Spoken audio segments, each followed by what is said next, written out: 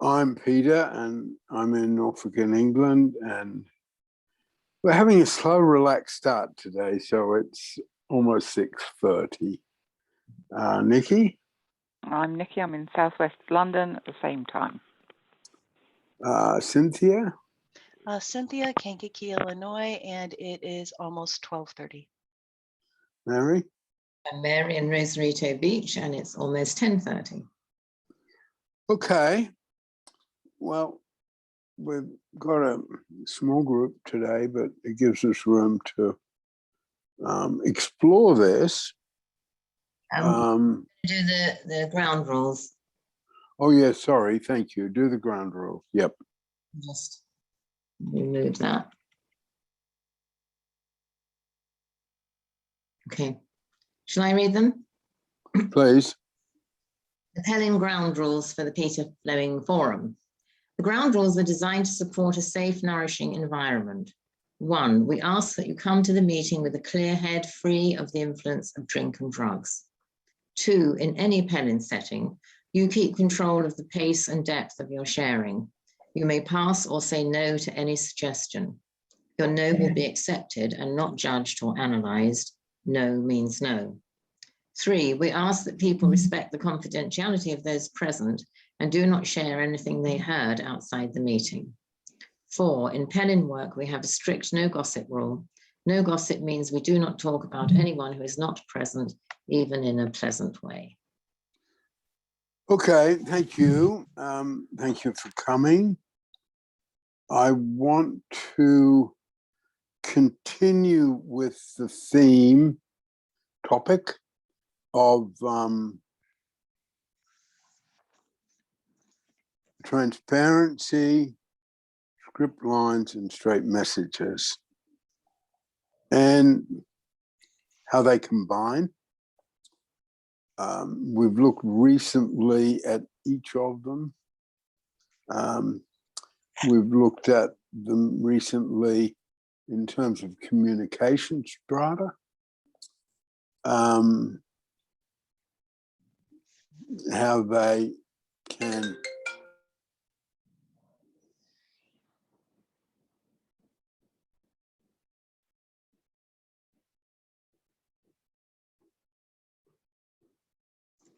For you to cut, Cynthia. Right. So we've also, when I started presenting this set of tools, I talked about them, and then initially it was transparency, but also in terms of script lines and also straight messages. I talked about them on 3 levels.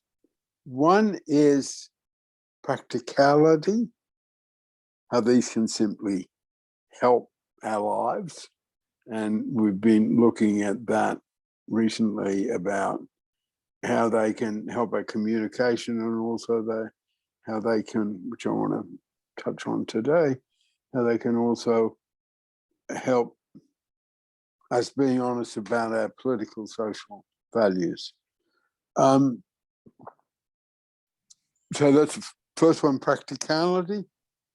The second one is theory, because I'm seeing the work more recently as contribution theory and training. That's new. That's the first time I've said that in a public domain. So I'm literally changing the title to contribution theory and training. That's, tentative decision. We'll, revisit it. But there is, in each of these, transparency, script line, straight messages, there's solid theory behind them. Just as one example, the concept of transparency has very significant links to Martin Buber's I Thou, which is one of the seminal works in the field. And the third level is philosophy, the philosophy behind each of these. And I guess it's that part that I want to touch on today in introducing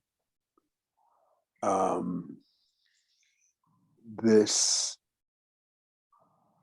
framework, where we're seeing these transparency, script line, straight messages as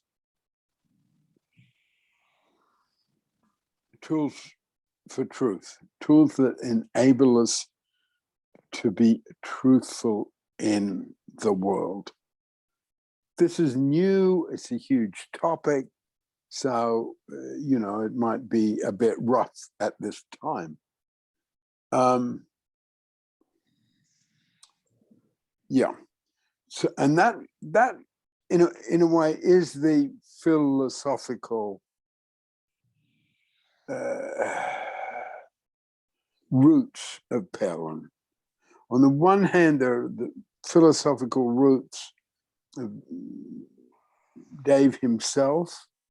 He called it a philosophy of human behavior, you know, and he put his own label on it, the activated philosophy of human behavior.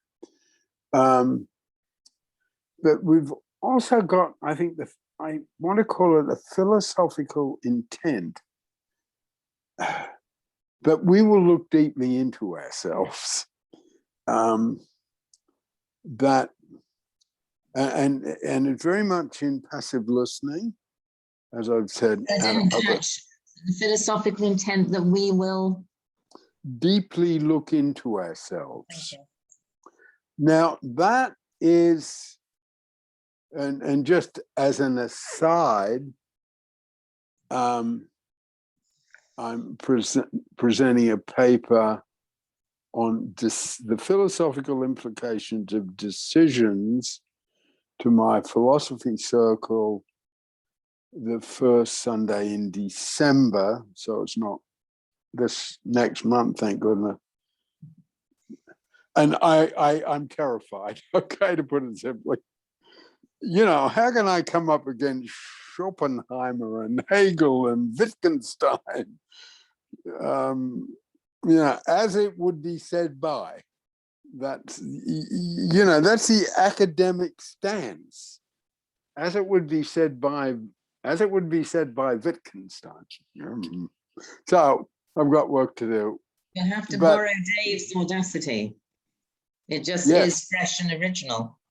Yes. You're right about that. And I think I can say a little bit, they see me that way. They don't, you know, they're very welcoming of me. Oh, you've been there, Mary, you know. Yeah. Oh, yeah.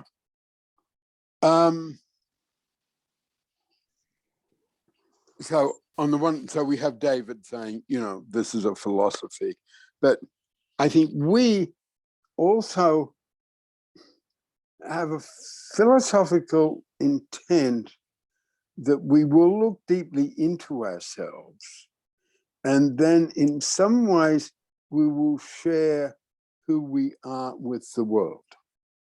And that is, I think, where Pelham has a spiritual intent that's about people. And I think in a very, very practical way, we get at that with passive listening. I have a responsibility to hear and let in what you are saying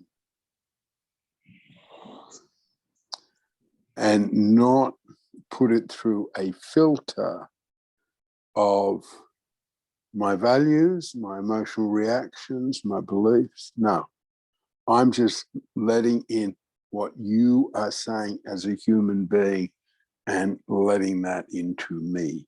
It's the human connection. Mary. Peter, can kind of feel intuitively about saying that it's, well, I can't remember the phrase now, the philosophy that we would deeply look into ourselves. But like, then I go to myself, now remind yourself, Mary, what does philosophy mean? Like, could you just expand on that a bit, how it's philosophical that we Yeah. look at ourselves?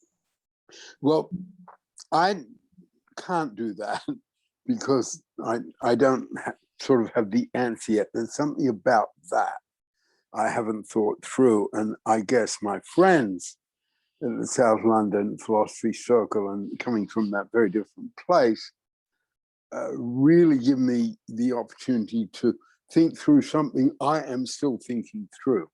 Okay, but I would say what it means is going as deeply as we can into how the world works.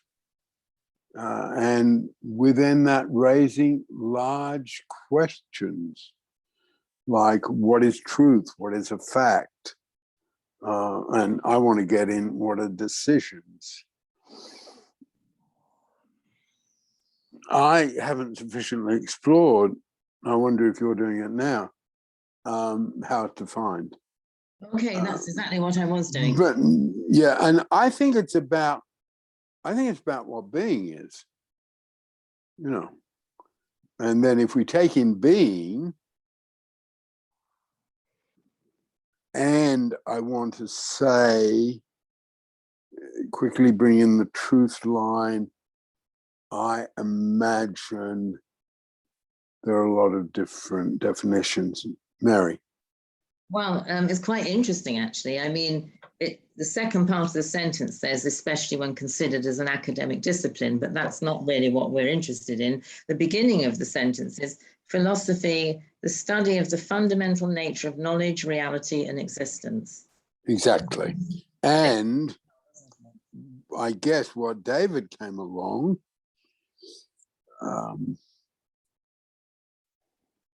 and knowledge, reality, existence, and behavior. He added behavior to it.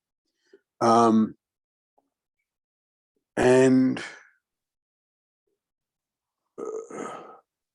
so,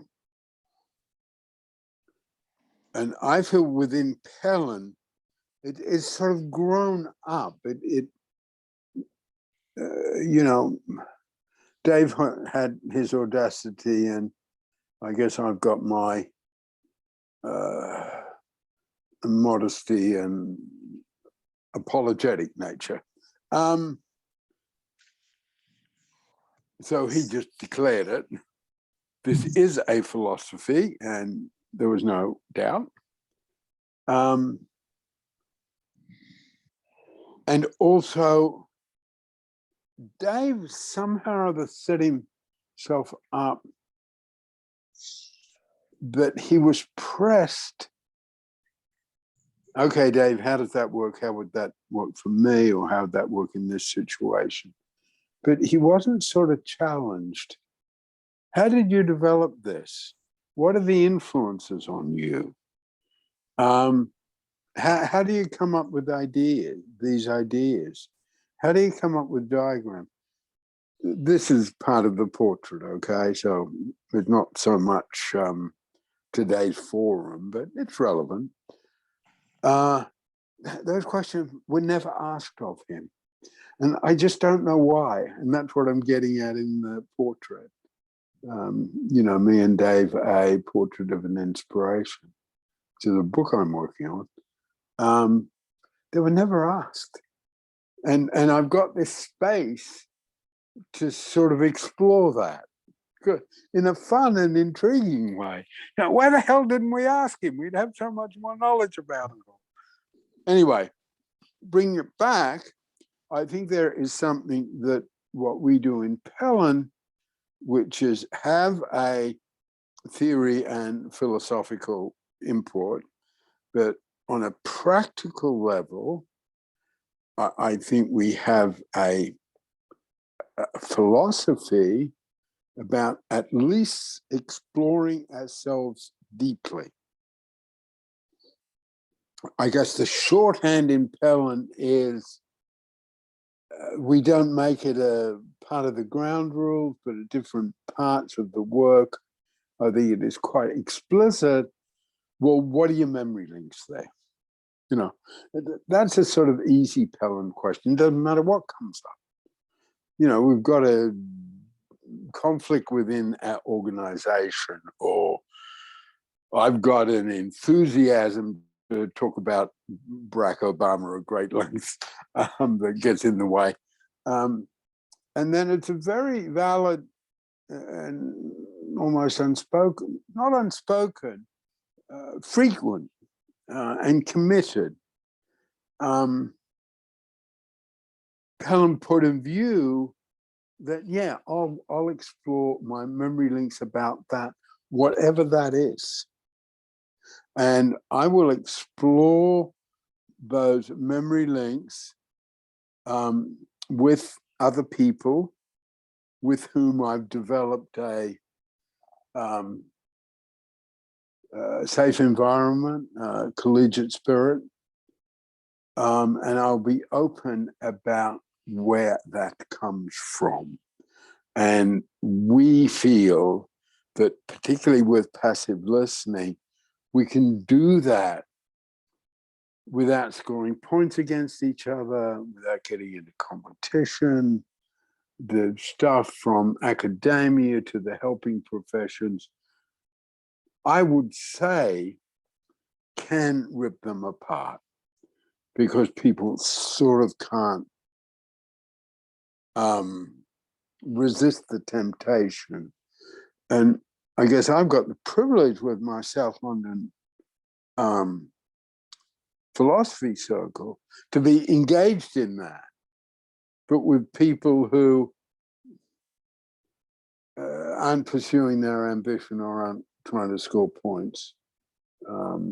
So you know, I've got the privilege to explore that approach without being in it, because I wouldn't have the energy at my time of life to be in that, you know, be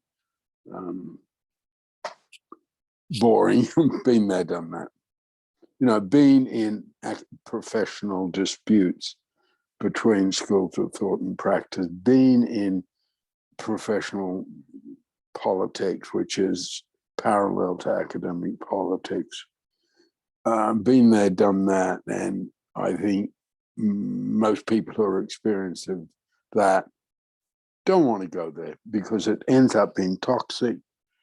And that's where we have to back up what I haven't quite got there yet, but what I'm calling tools for truth, and you know, working to put in the sort of philosophical side, almost the spiritual side of it, try and take some risk here about that. You know, we've got straight tools. I can't put my hand on it, but just holding up the life forces, and that the caring life force. I'm sorry. The caring life force gets squeezed, and the environment becomes toxic. And if I put that in other language, organizations who can't listen to each other and care for each other become toxic. I don't think I'd have hardly any professional who would dispute that. Everyone said, yeah, that's what it is. That's what it is. We don't say that's what it is. And a lot of people say, that's what it is, just go with it. It goes with the territory. No solution. We don't do that at all. We've got solutions. And even if we just say our solution is passive listening, our solution is passive listening and the calm of the pendulum. And that, Mary. No, you're muted. Part of our solution is also adherence to the truth line, because all the other little philosophies and departments and tenured professors and non-tenured professors, they're all competing with their bits of the truth line. Yeah. And they don't have the sophistication of the truth line. Because I can be fierce about Pelham, But then I can just say, but I've got this bit. I don't have it all. And to come here and say, I have all the truth or most of the truth about truth would be absurd. I mean, it would just be absurd. You can't see it, Nikki, but you know, Mary's laughing. It would just be absurd. So, but add a little bit and then bring it back to that. I know this is a bit all over the place, but you know, it's the home team, right? So I want to grab that opportunity. Peter, it's exploratory, but it's good. It's not all over the place. Okay, thanks. Well, the preparation's been there, okay? I'm just checking it out. So I think we can say within, and I think perhaps I can say this bit with brevity. Truth is a rather important thing in the world. That's all. And I don't think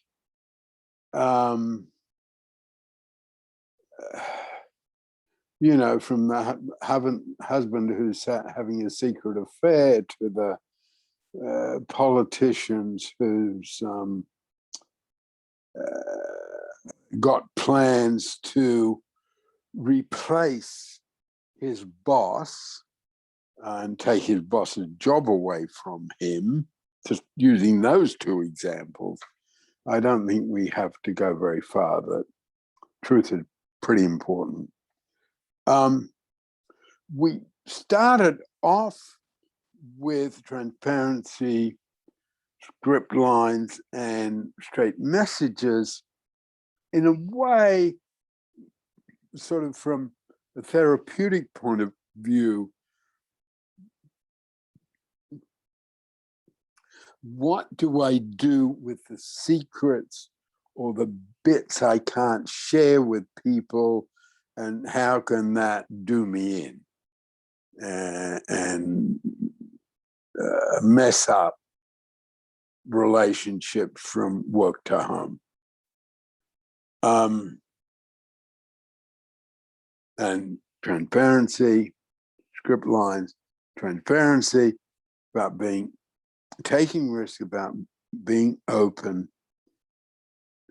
in a nourishing way with people, being open about who we are and what is our life about.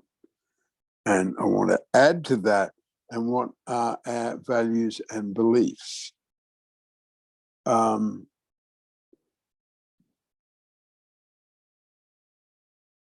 I want to say a little bit more about that in a moment. So that's what transparency is. You know, it's developed in the workplace, you know, being open about who I am as a person in the world, and doing it in a way that is nourishing and safe.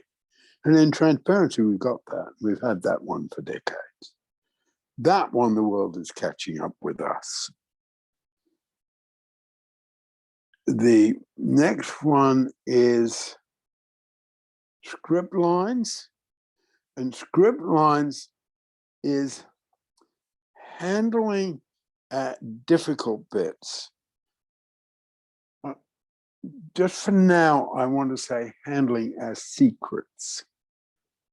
But I guess I'd define secrets in a rather broad way. Maybe it needs to be secrets and that which for some reason or other I cannot share or will not share, which I guess in a way is a not bad definition of a secret. And how can I communicate enough of that to the world so I make sense and I'm standing solid about who I am and where I've been, but at the same time, I'm protected.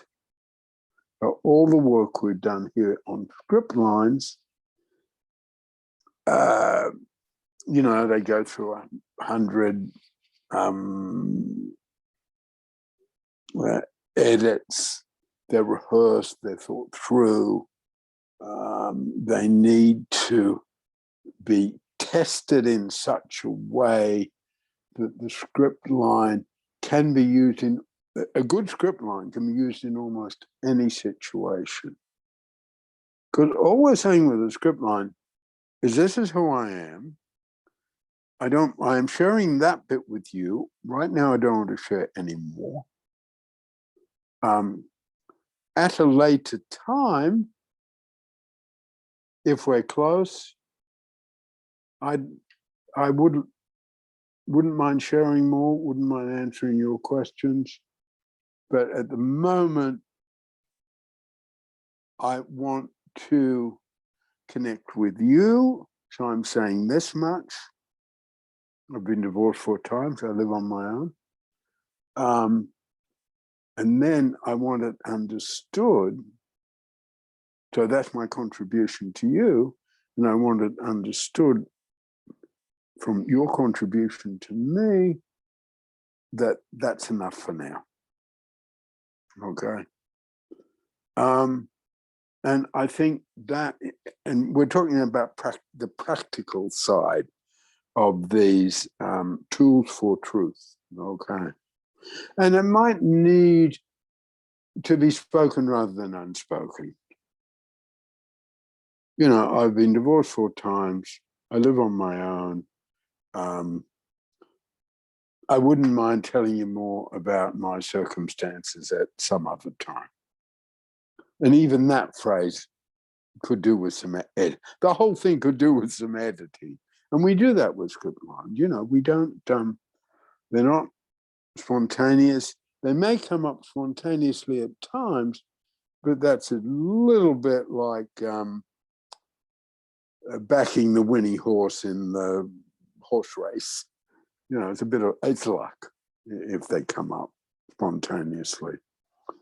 And as I've said at other times about script lines,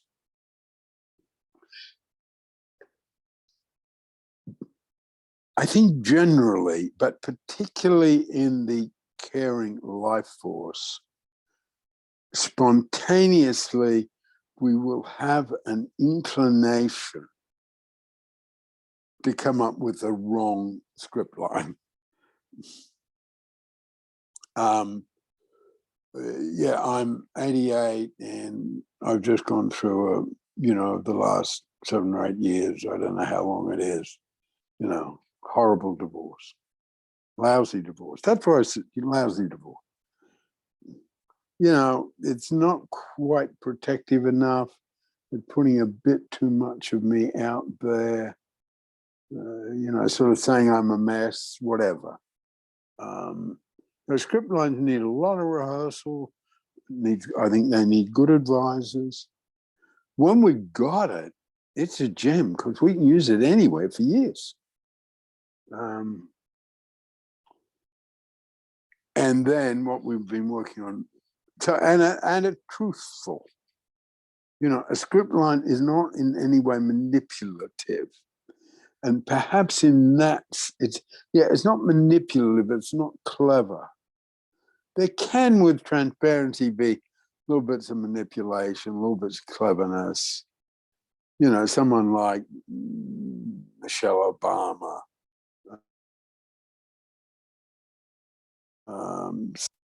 To be frank, this new tennis star who's 18 years old used transparency. It's charming. It's a bit manipulative. That's not that bad in transparency. The manipulation, I think, in script lines would be killer. It needs to be more solid. And the solidness also needs to be in straight messages. Mary. I just wanted to make a quick point about transparency because I was thinking, well, but what about the the kind of risk, the kind of risk I took to try to decrease the stigma of of mental illness by, in professional circumstances, being transparent about my own struggles. And then I thought, well, the examples you gave of Michelle Obama and the tennis star, I wonder if the manipulation belongs when the transparency is coming from the performance life force. Yeah, definitely. And they know how to do it, and they're brilliant. And evaluating in terms of hurt and purpose, they don't do it in a way that's hurtful. You know, they evaluate in terms of hurt and purpose. Michelle Obama's famous statement, "This is what I tell the girls," okay? She didn't make it as a big political statement. It was in a big political speech at the Democratic convention, but she just said, "What I tell the girls when they're sitting at the kitchen table asking me questions, when they go low, we go high." You know, she didn't make it you know, she absolutely located it in being a mother with her young teenage daughters sitting around the kitchen table. Yeah.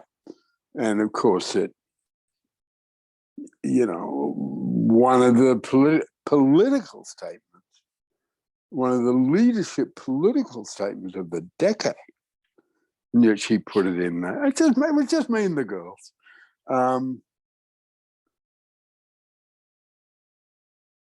I think that, and I'm talking about, these are tools for truth.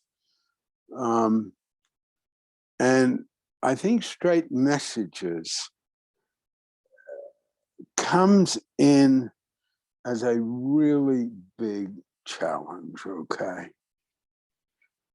Because, yeah, I mean, in a way, you know, I put a lot of things in a political context, so bear with me. But, you know, I guess the classic absence of straight messages is the politician who'll never answer a question. No, it's wiggle, it's good. And it's even called wiggle room in journalism. You know, someone who can sort of wiggle out of it. And I guess that goes all over the place. You know, if we go into a marriage and someone's saying, well, you know, I'm angry. I think you were flirting with Harry at the party.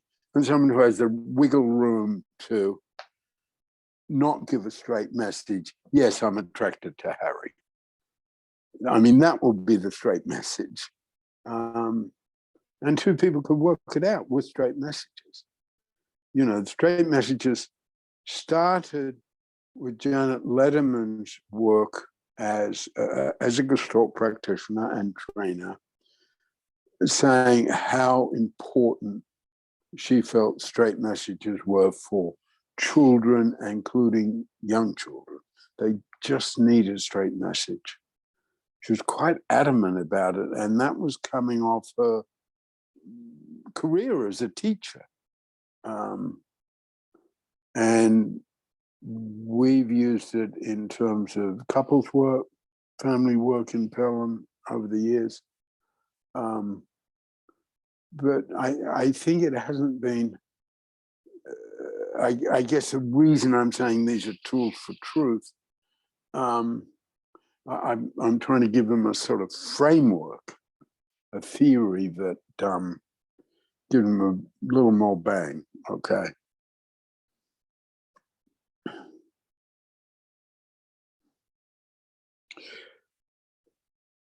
That's about it. I'd love other people to come in, and I'm really grateful for the opportunity to both present this and have it recorded. But I really would invite criticism and feedback. Nick, Cynthia. Yeah, I was thinking about what you're saying, and I'm, you know, as somebody who has, who's lived, you know, who comes kind of as a child of immigrants, and as somebody who studied Japanese, which is a very different way of doing language. and other cultures, you know, communication is complicated. I mean, and like one of the things when you keep mentioning direct, and I'm trying to stop myself and, passive listen, because, immediately my head gets, well, but directness is is very much, and in fact, one of the cultural awareness things that great courses that I watched was actually being direct or indirect was actually one of the main features where they evaluate cultures and how they define Tell cultures. me about that. I forgot you do the great courses. Yes, I it was love them. I it was wanted to get into it more. You have developing a cultural awareness, developing a cultural intelligence. Right. And one of the, actually there's about 5 different, or at least that work, there's 5 different axes to where cultures can fall on. For example, one of the, actually it's a really big one, and I'm sure Mary, living in Mexico, is experienced at how they view time and being on time. That's one of the 5 axes of culture. Okay.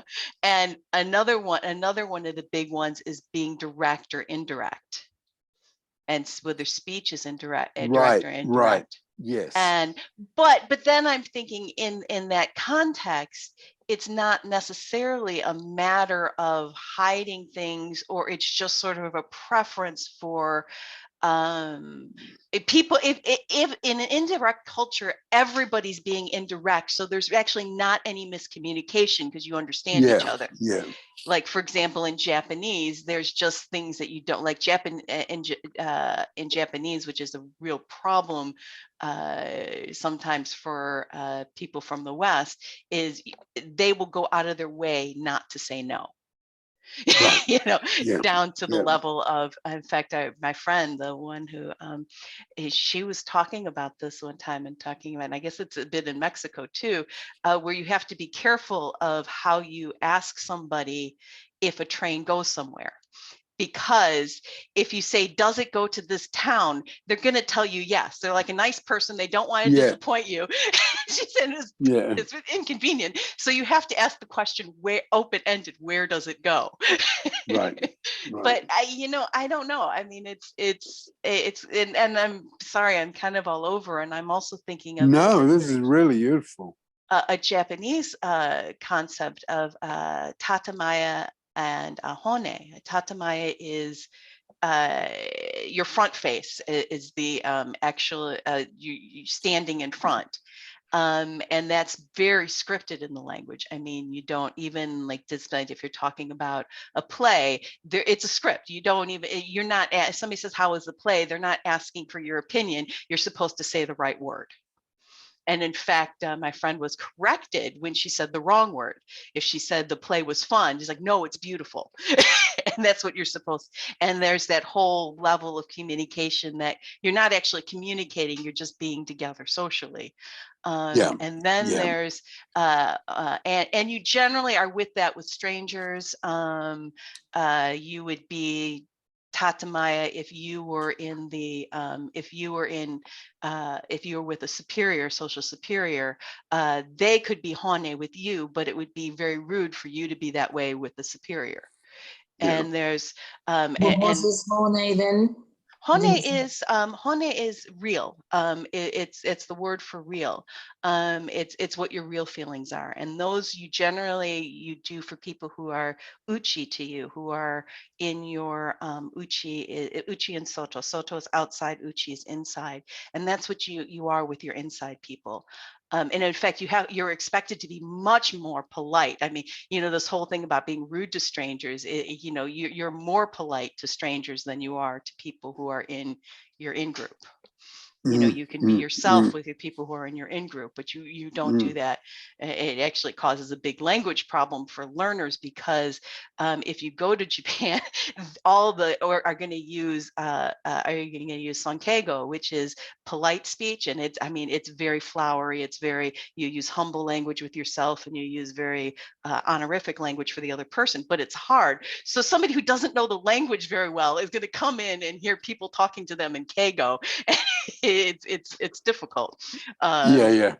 But yeah, and it's just a lot of. But one thing that I just, and I'll stop after this, but there was one sorry, I'm going into Precure episode, and what the villains did is that they put some sort of curse on everybody so that they weren't able to be Tatamaya. They couldn't do they could only be Hone. They could only tell what was on their mind. And at first it was chaos. And in fact, there was actually a book, a philosophy book that was written on why Tatamaya is so important. Because if everybody was Hane, everybody would just be fighting.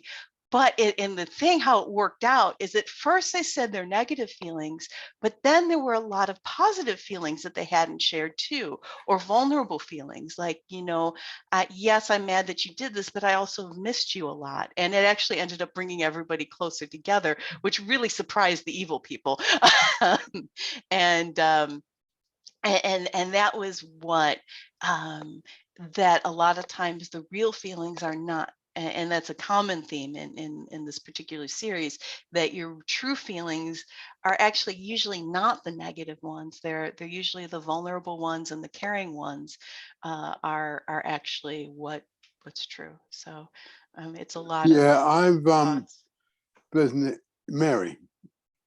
I'm so glad you raised that, Cynthia, because I'm thinking about what I think it's very important for Pelin to have a cultural awareness. It can be very tone deaf otherwise. And I'm thinking that, some of the different culture influence on Pelin has been from, say, the Caribbean origin foster carers who are more direct than English people. So that's a really good point to bear in mind. It doesn't mean you have to teach anything different.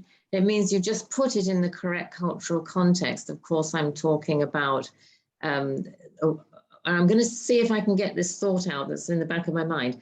I'm talking about finding kind of communication, truth, and emotional truth in a Western culture that doesn't have what Cynthia's talking about is there's a whole social mechanism that the whole society unanimously understands, that there's the two ways, the true feelings you can share in certain circumstances and kind of keeping society going with the front feelings. In Western society, there's so much, if you like, degeneration into manipulation and exploitation, I guess taking something from the way capitalism is practiced over the centuries here. It's not a natural haven for caring life force, truthful communication. So that I think there's very, very important teaching tools for truth in terms of finding real ways of communicating with people that promoting connections between people and creating trying to create a better future going forward when there isn't a societal fabric like there still is in Japan, even though it's industrialized and modernized. It's not necessarily one that resonates with, our Western culture, but I'm just saying as a fact, it's still somewhat intact. I think Cynthia would say I was right. So it's, and it's just that disclaimer, really. We're talking about the philosophical and emotional struggles of a Western capitalized people. How do we deal with truth when we don't really have a societal framework for that, unless something like Christian fundamentalism, and then many of us would go, oh. No, I think it's, what I really appreciate here is expanding it out. So we're taking in some of those complexities because we got the tools to do that, Cynthia. Well, it's funny because as you were as I was thinking about this, and it has been kind of a struggle because I've been learning different languages and stuff like that. And I thought, you know what? I'll be quite honest. For me, communicating in English is actually the most difficult language for me to communicate in. So I might as well sit and learn and have some tools for how I communicate. And because there's not, and what Mary was saying, there's really not a lot of rules. Everybody's supposed to be, and the rules that, there are, but they don't, I'll be honest, they don't make a lot of sense to me. So, That's where I rather like, the rule. I know there are times, Nikki, where we have had it as a rule. I think it was in the organization, but I think also on training courses, that when something comes up, we will go into the memory links. That's a sort of a commitment. Do you want to say anything about that, Nikki? Actually, I was still caught on a couple of other thoughts. Sure. So one, just I was really interested in what Cynthia was saying about the different Japanese cultural communication, and then I then started wondering, how do you do therapy as a Japanese person with a new therapist? If I could just jump in here a little bit, I'm sorry to interrupt, but this is where it really would be interesting, Cynthia, sometime for you to talk from a Pelham point of view with my friend Yuko, who is Japanese and is a therapist. And almost all her therapy is with Japanese people in Japanese in London. So it would be interesting to, I just wanted to put, sorry, Nikki, I just wanted to put that in. Yeah, that's interesting. That would be the missing link, wouldn't it? And then just separate thought from that about how English is, we don't have the rules as such, except what we all kind of recognize is that people in power talk lies, and that's sort of well known, and it seems to get worse and worse. And then also the people who try to interview them allegedly to make them tell the truth, they're just trying to catch them out. It's all manipulation and horribleness for no good reason at all. So, and they're the people in power. So you would have thought they're supposed to, if they're the ones who should lead, good Lord. Exactly. What sort of models we're providing there? Yeah. They're the ones leading. The rest of us have to sort of, I don't know, we sort of operate below, or even say, because I was thinking obviously about politicians and that then, but let's just even say, people leading in corporations or something, or just sort of the slightly higher up the management goes, the more rubbish is and sort of I can't think of the word for it, but everybody in a meeting just goes brain dead because they know it's just like, oh yeah, yada yada yada. So, and those of us who just want to live, we sort of have to operate at another level beneath all that and just know it exists and put up with it. And I've not really thought about this before, that's kind of how the English-speaking world works, isn't it? Yeah, and you probably don't know that, Nikki, because the news doesn't interest you that much. But Facebook, the whole thing about how much power Facebook has at the moment, I think is going to be a huge political issue. They've got huge power because of all the money they've got. And it's coming out that they're incredibly manipulative. It's going to be a sort of clash of titans sometime. And that, I think, absolutely confirms what you're saying. There's almost no place. Well, if I can just, bring in my 3 tools, okay? There's almost no place for transparency, script line, straight messages. Yeah. Almost no place.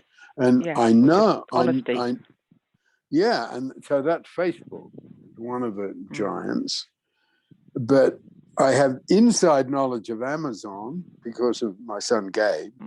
In Amazon, you do not talk about politics, okay?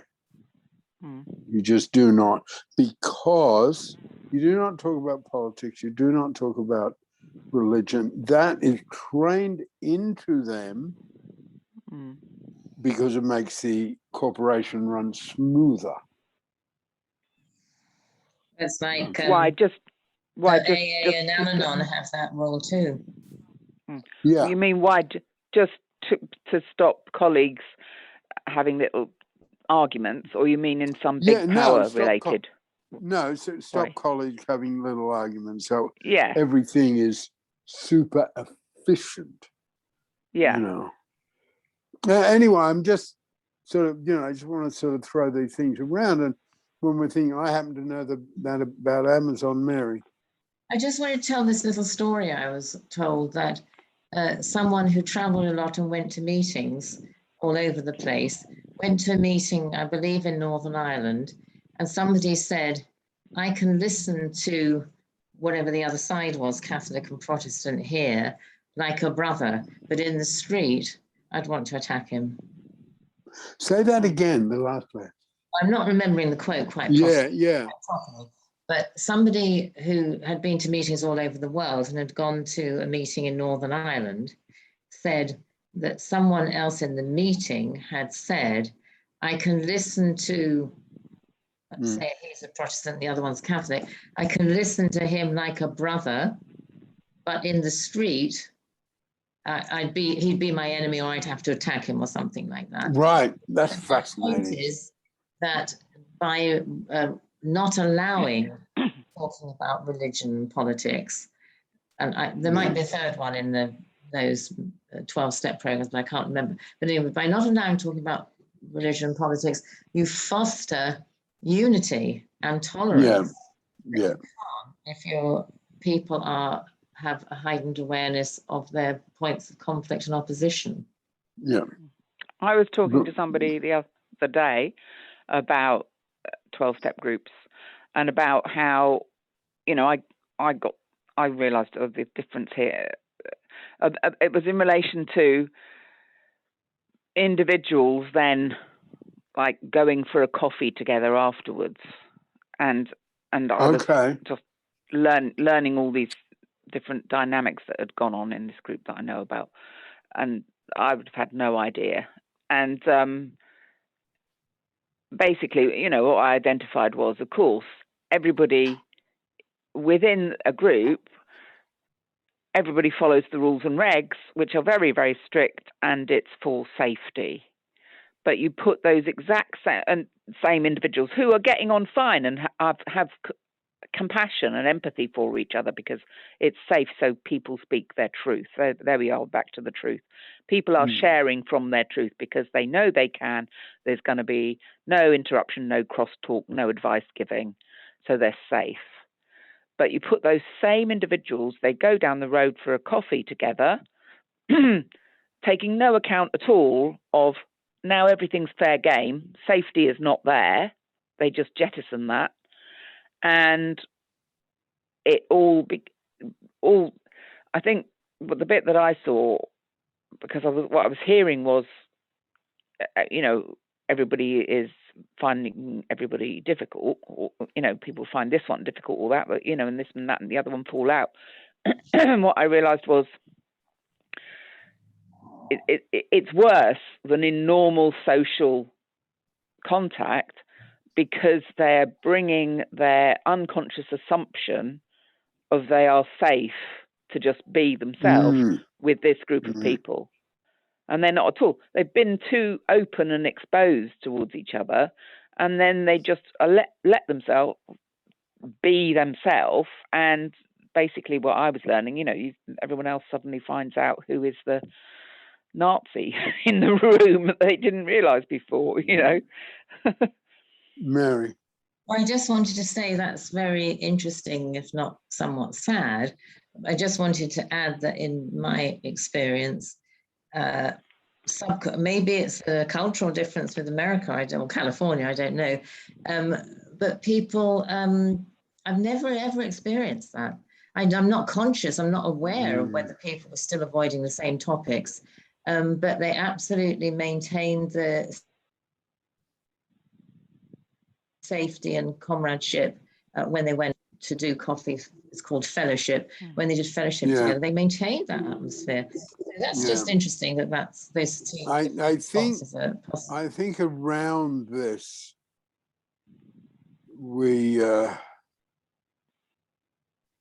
there's something about unconscious contribution and trust and honesty. And even though they don't use our words, people having a sense of passive listening, you know, people having a sense, you know, we're in this really nourishing group together that we really like and trust each other. Therefore, you know, I need to listen to you, you know. And I imagine there's a sort of unconscious ethos there, because if you, in America, if you take it into other situations, it's ripping the country apart, ripping families apart, you know, and just the simple thing, anti-vax and pro-vax, you know, it's so complicated issue, Cynthia. I think it's more complicated now. I mean, and then it was, you know, 20 years ago. And I think it actually has a lot to do, and I think it has to do with communication. And it's a big frustration. It's a frustration for me as I'm trying to communicate my ideas and my thoughts and where I'm working, because I'm working on a book myself. And how do you... People, when you say something and you say certain words, it's really hard to communicate because people don't listen to what they're saying. They pick one word you say and then they put your thoughts in this whole box. And if you don't, and this has been worse because I think, I think it's directly related to Google and Facebook and stuff because of their analysis, because you get in a Google search, they look at your history and they give you what they think you want to read. So what it steers people into more and more extreme versions of where they're going, because that's all they're seeing when you put in a Google search, you see articles. So if you're into conspiracy theory, if you see one conspiracy theory, you're going to start getting articles about you know, I mean, about things. I mean, it happens even just silly things like what you're going to buy. If you know, you look up you know, I want to buy a game, all of a sudden everywhere showing you ads for the game you were looking up. But it's steering people into, and it makes communication possible, because you can't,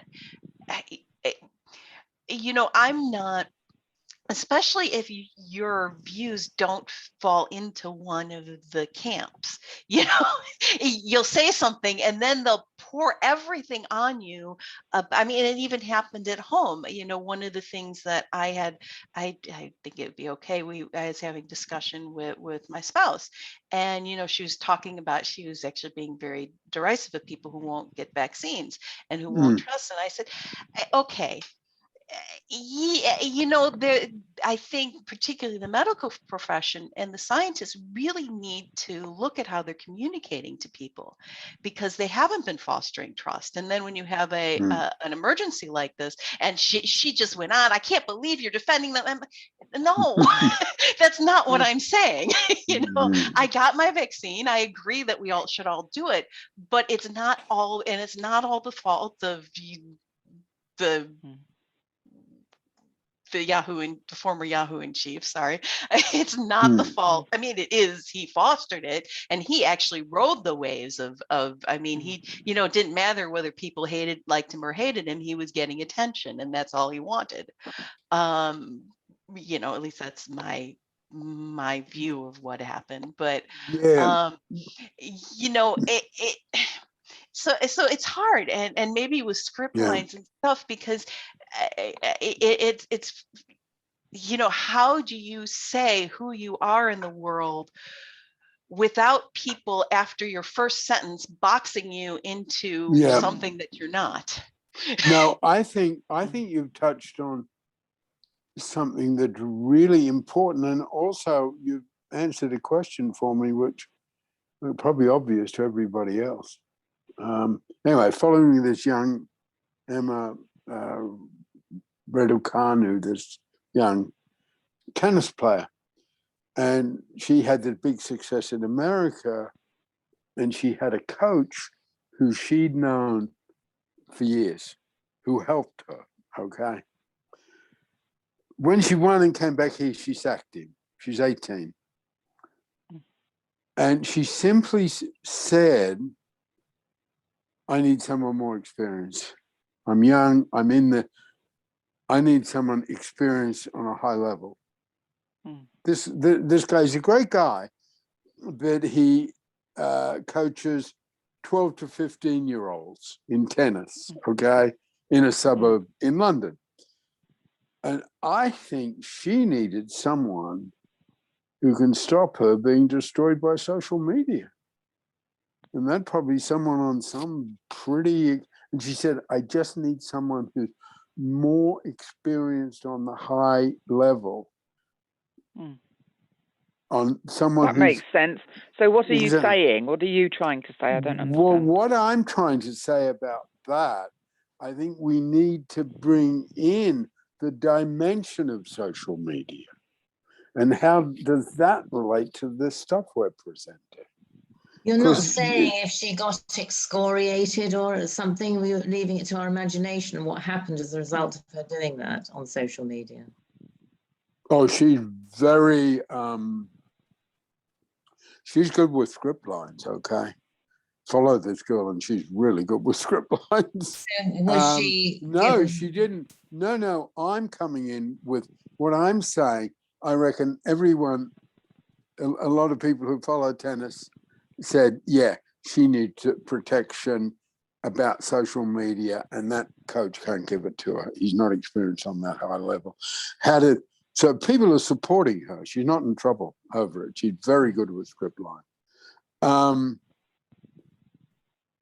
Including how she relates to the royal family. She clicked that in about 4 weeks. Wow. Okay, absolutely clicked it in. So she's really good with script line. But I think she's saying, you know, she probably knows people who've been destroyed by it, right? You know, she's help. Well, she must have had coaching about script lines. That doesn't even have to be a tennis professional at all. Well, I reckon, and you'd be interested in this, Nikki, I reckon she has been, and it's by her mum and dad. Because even this coach said she's got particular strengths, but they didn't come from me, they came from her parents. It was very... So all I'm saying is, because I hadn't seen it, she's going to be torn apart, right? So she needs an old this really Japanese. Confusing. I'm finding it really confusing because saying I need someone more experienced on a high level, I heard that as on a high level of tennis. You know, I need an experienced tennis professional. That makes sense. And then you jumped in with social media and I'm completely lost, especially if... Well, okay, just a background to it. The person who was the most appealing tennis player before she came along, and she's Japanese. She's the Japanese one, okay? And she got into some terrible place in her head. And it looks as though she didn't have the right advisors. and I think it was about social media.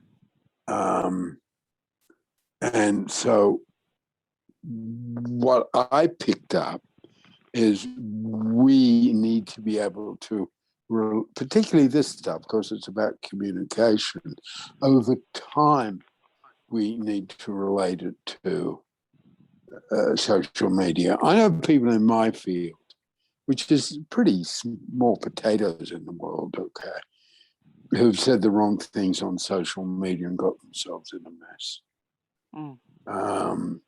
So all I was saying about that, I think the unspoken statement was be, I need someone really experienced on the social level, and his or her job is protect me from social media. You know, because it shocks me at times how destructive it can be. And what you said, Cynthia, was just there. You know, a script line could not work because it's. Oh, I see what you're It saying. has a vulnerability. The script line could have a vulnerability. Yeah, an 18-year-old. There've been 18-year-old tennis players around forever. And the press is there. They can handle all that. Social media is a different thing. It's a different thing. Absolutely.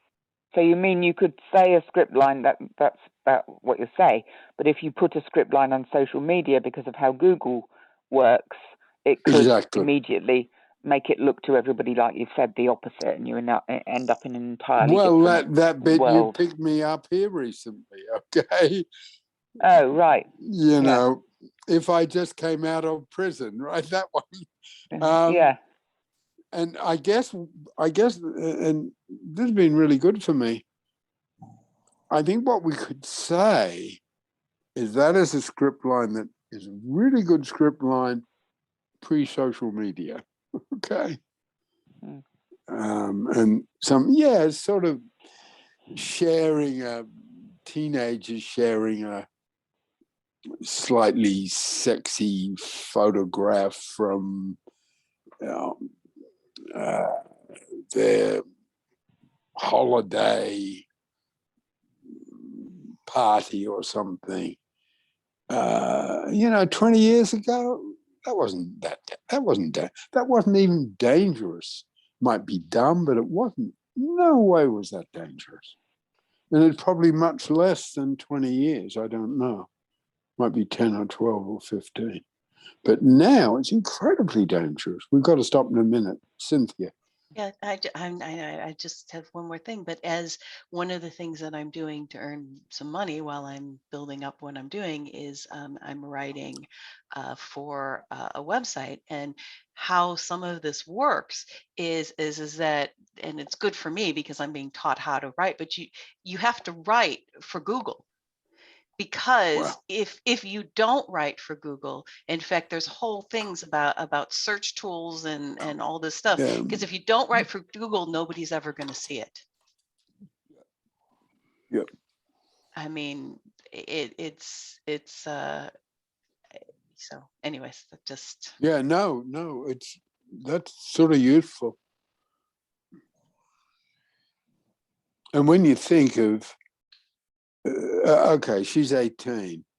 The Japanese girl is young woman is 23. Roger Federer, the great tennis player, he came out and said about the Japanese girl, he said, we've got to come in behind these young people. I don't know how I would have handled my career if social media was around when I started out. He said that very clearly. Who was it, sorry? Roger Federer, your guy. Oh. Yeah. He made a very, very clear statement. Wow. They have to handle something I did not have to handle. And we got to look after them. That's what he's saying. We just got to look after them. Okay, thank you for this. It's really helped me. And particularly thank you, Cynthia, for bringing in that dimension, because Yeah. I don't want to look, on the one hand, I don't want to look like the old fogey. And on the other hand, this is the world. It's the world people live in. Yeah. Peter, I don't think it's about the old fogey thing. I think it's about cultural awareness. You're kind of the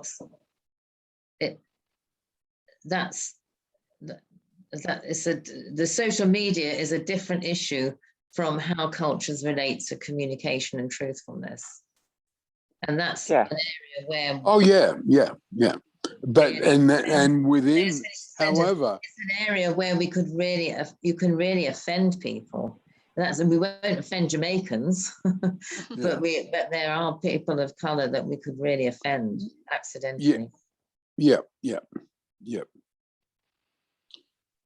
parts of Africa don't like transparency. I know that at all. Some people who've taken my training just couldn't get their head around transparency, not what they grew up with. So you're absolutely right, Mary. We need to, but I also think the things overlap. Okay. I guess social media means there's a heightened possibility of destructive misunderstanding. Yeah. And then just finishing up, and thank you, David. And that brings us back to evaluate in terms of thought and purpose, doesn't it? Very clearly. We've got the contribution theory to address some of those issues. We do. Okay. Very interesting. Very interesting. Good.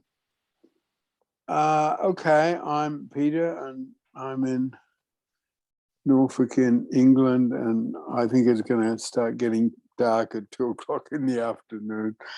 Nikki. I'm in southwest London at 22 something 8. Yeah. Cynthia. Cynthia in Kankakee, and it's 20 minutes to 2. Right. Mary. Mary in Rosarito Beach, and it's 20 to 12. Okay. Thank you again, and see you soon. Bye-bye. Bye-bye, everyone. Bye-bye. Sorry, I'm trying to